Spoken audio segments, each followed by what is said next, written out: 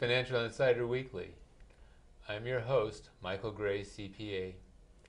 My guest today is David Beck. And David is a certified financial planner whose practice focuses on helping families plan for financing college educations. He has his own financial planning company, which is called Bay Area Planners. David came to the United States from England in 1982. He worked in product management for electronic component manufacturers, including Tyco. He saw the youth culture at high-tech companies and decided that wasn't where he wanted to be long-term, so he started a second career in financial planning. David graduated in 2006 from the financial planning program at the University of California, Santa Cruz Extension. In November 2006, he was trying to help his niece with her questions about financing for her college education, and he decided to focus in that area, and it developed into his full-time business. He says he finds helping people in this area to be very rewarding. So David, thank you for being with me today. My pleasure. Now today we're going to be talking about how to pay for college using financial aid, tax benefits, family income, savings, loans.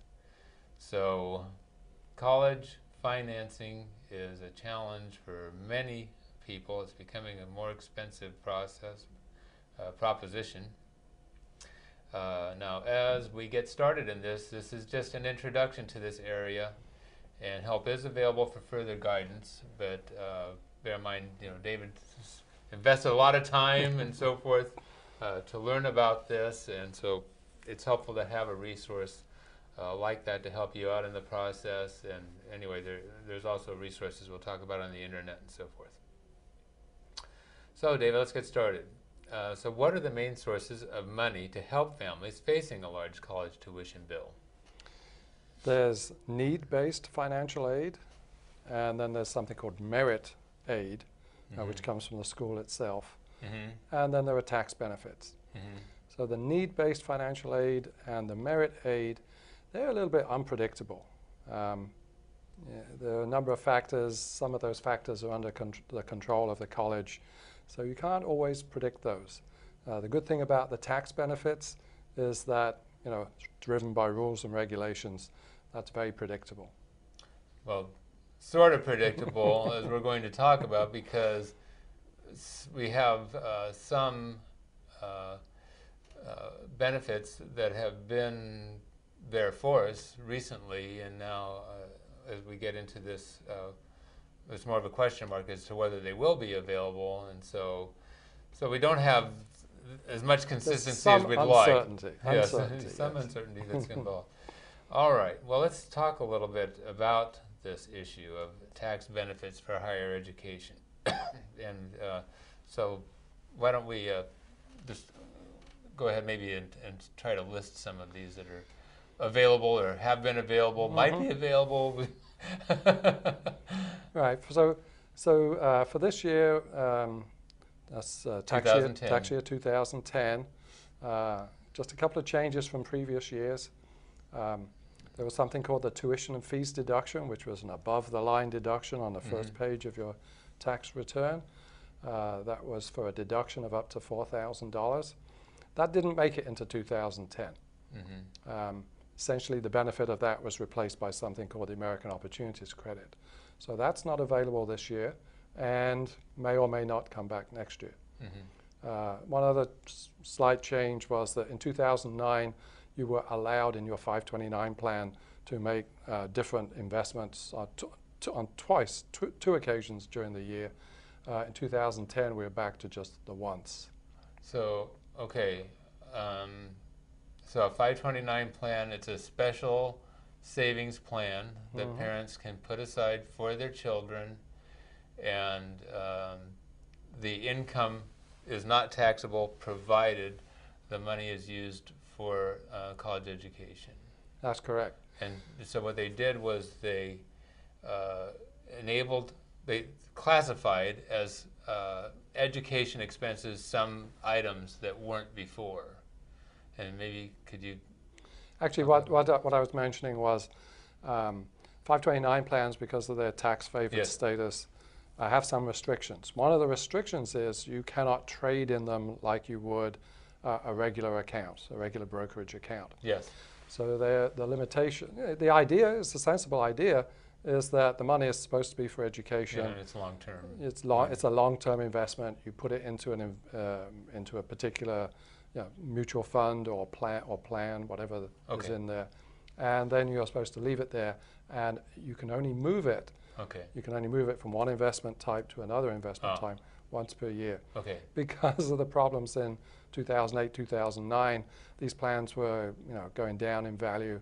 They relaxed that rule, but it was just for that 1 year, not this year. Okay, so that's what we're talking about, is actually what investments you held within the plan, and because of the market decline and so forth, they tried to give a little more flexibility for making adjustments for families.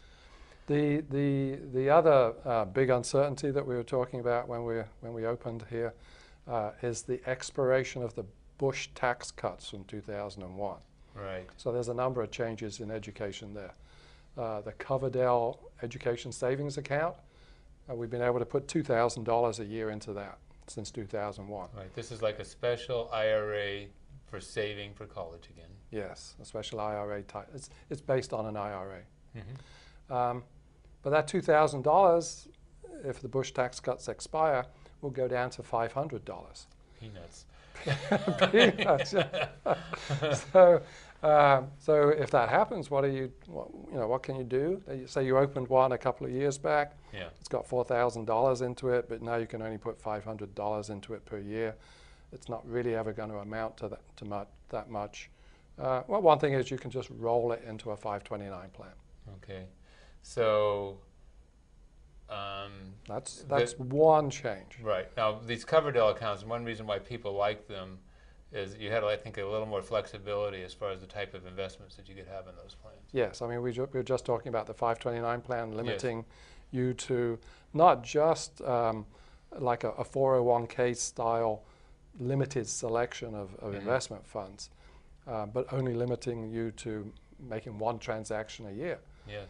The Coverdell, you just treat it like an IRA account, virtually any type of investment you want, even options, and as many times during the year as you want. Yes. Okay.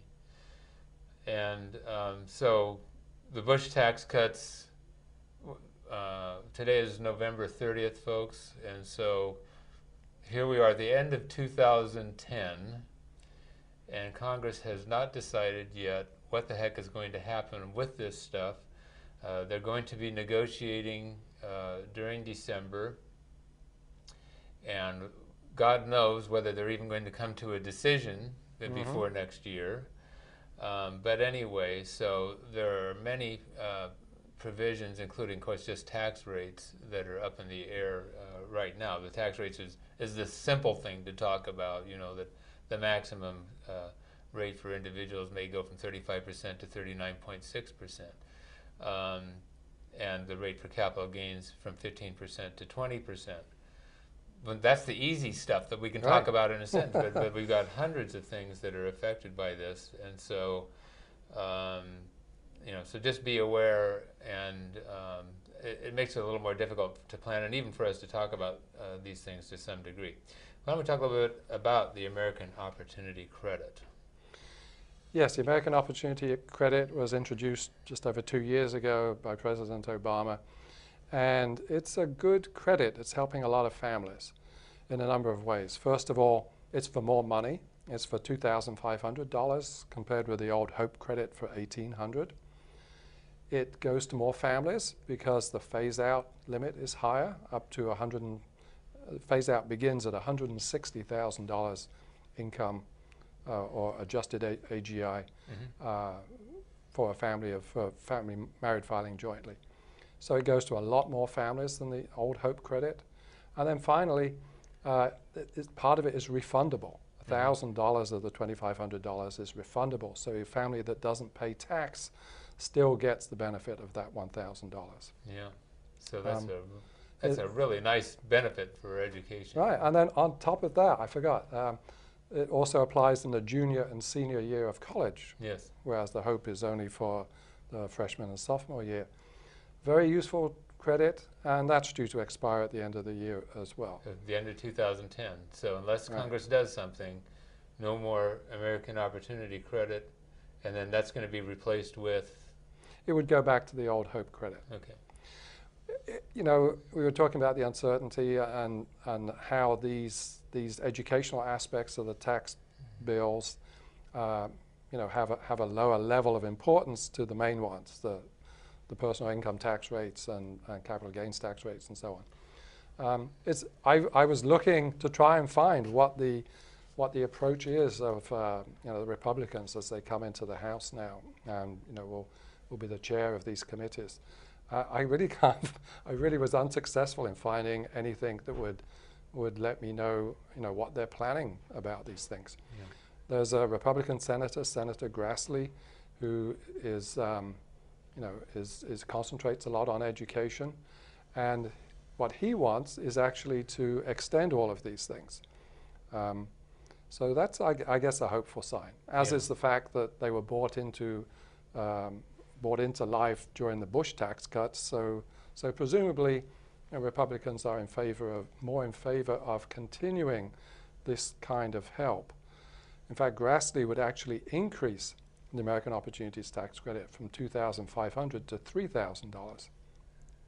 However, that was before the Tea Party movement came along. Yes. And the concentration on budget deficits. So we will just have to wait and see how this plays out. Yeah. So we sort of have a conflict going on here. On the one hand, we're concerned about budget, about spending more, if you will, than we're taking in, these deficits that are happening at the national level. On the other hand, we're worried about American competitiveness. And so are we going to be educating our young people in order for them to compete in a global marketplace? Absolutely. And so somehow we have to reach some sort of balance or something, or at least we have to decide, you know, what are the real priorities. And those priorities are going to be different depending on who you're talking to. If you're talking to a senior citizen, they're more concerned about protecting Social Security than maybe these education things, because they may not have a child that they're so concerned about, and they're worried about paying their bills, and, you know, paying for getting bread on their table. All right, well, let's go on to a few more of these. So how about the Coverdell account? Okay, you already talked about that. Goes back to $500. Student loan interest. Student loan interest. This could be big. Right now, you can take a deduction on your taxes for student loan interest. If we revert to the pre-2001 situation, that deduction is only for the first 60 months. 60 months, 5 years. So considering that student loans are typically for 10, 20, even longer, yes, that would cause a good amount of that interest on that loan not to be tax deductible. Yes. And in fact, since 2001, something called income-based repayment has become popular and available. And that is when you graduate and you go into your first job, you're not earning too much. If you can't afford the student loan, you can only pay what a small percentage of your income towards it, and the rest of the you get a deferral. Amount, the amount that you didn't pay. Why have a modest loan when you can have a humongous, overbearing loan that you'll never be able to pay off? That interest accrues. So if you follow that income-based repayment, not make many payments during the first 5 years, you would probably find yourself then with a large debt, accrued debt, and no tax benefit for it. Oh my gosh. Okay. How about the Section 127 that you're talking about here?